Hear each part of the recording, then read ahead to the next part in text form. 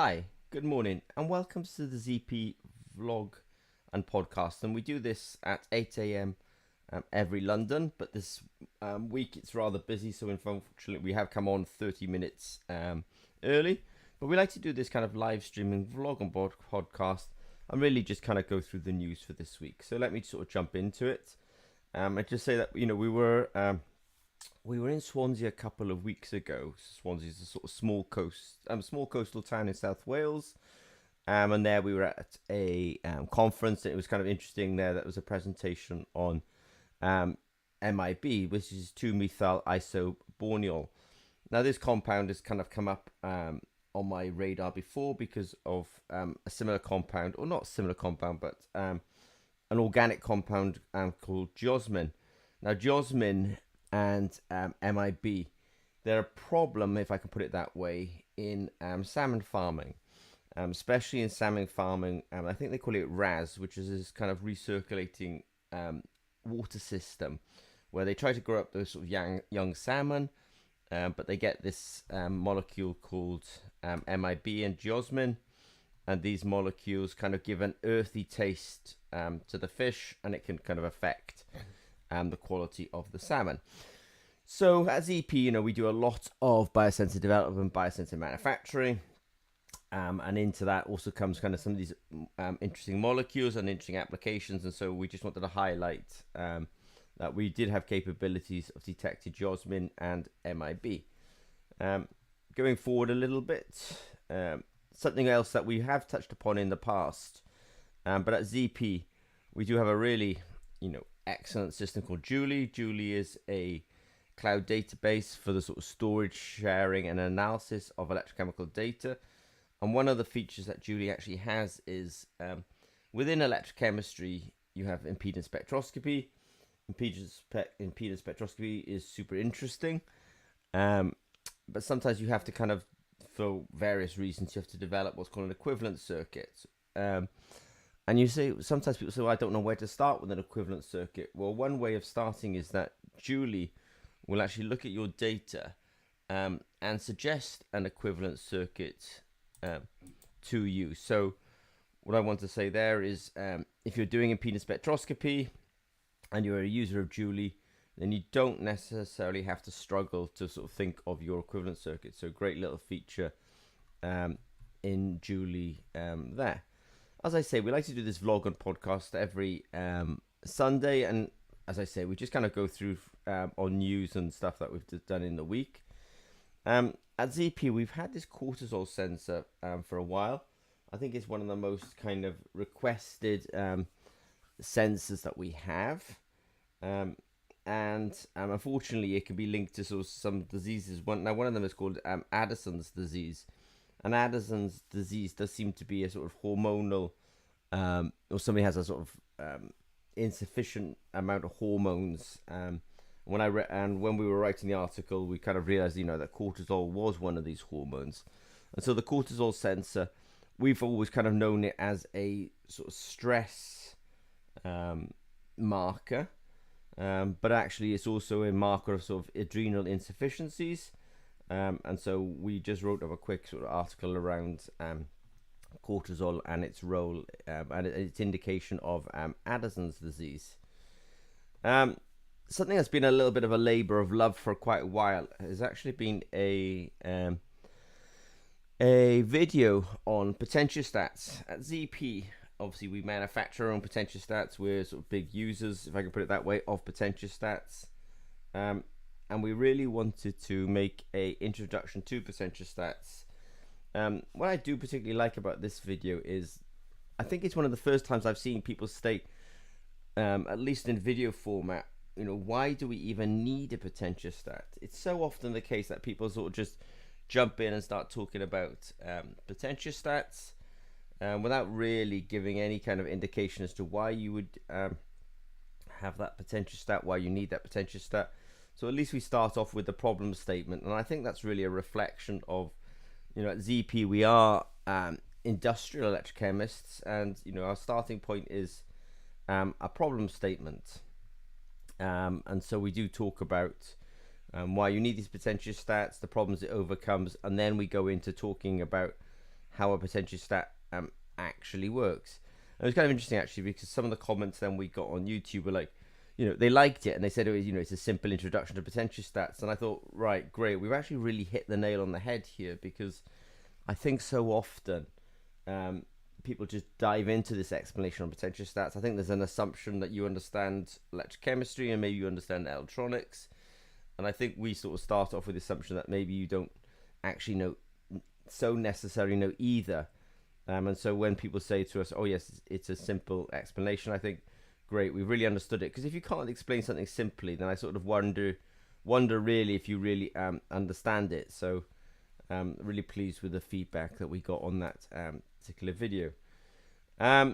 Also, people are kind of saying, oh, all right, I'm very intrigued by your FoodSense product. I know it's a slight shift now from potentiostats to FoodSense, but that's the beautiful thing about ZP, that if you look at many of our potentiostats, you look at our FoodSense, you think, it's the same product. So I would say FoodSense is an application of our electrochemical capabilities.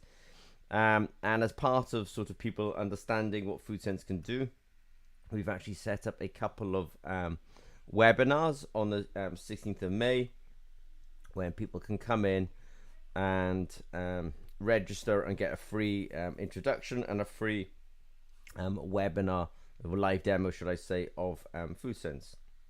So actually, I do look forward to giving those demonstrations. Part of our philosophy at ZP is that we do free webinars every Thursday at 8 a.m. London time, and these webinars are really to introduce, well, not introduce, but actually to answer questions that come in from people during the week. So part of the philosophy at ZP is that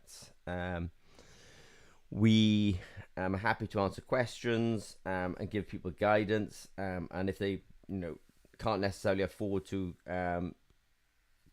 work with us, we will try and give some of that guidance and some of that for free. And that's what the purpose of the ZP Developer Zone is. We'll talk about routes to commercialization.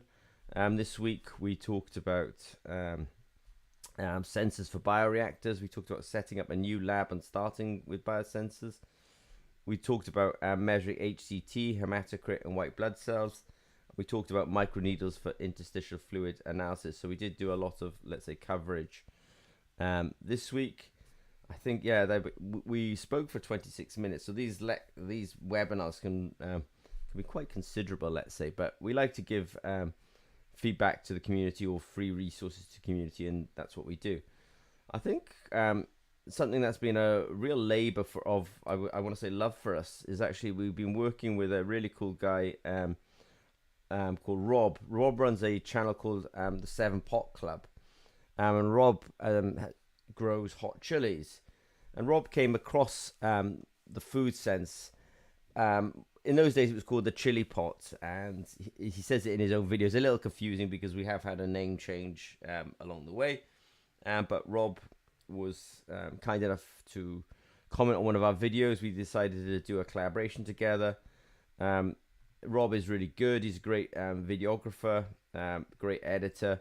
So we put together a video for Rob, or rather Rob put the video together, I would say. We did some work for him, and he did a really nice explanation, and I would say of FoodSense. So great job, Rob, and that's up on YouTube now. And I suppose just lastly, but by no means least, we've also been putting out a bit more information about measuring the hotness of a chili powder. We do have some billion-dollar companies that are very engaged with our technology, especially the FoodSense, and they are using it. And we wanted to put together a documentation and description of actually how to use it. And so we have actually put that together, and that's gone live as well. So I'll just do a quick summary up.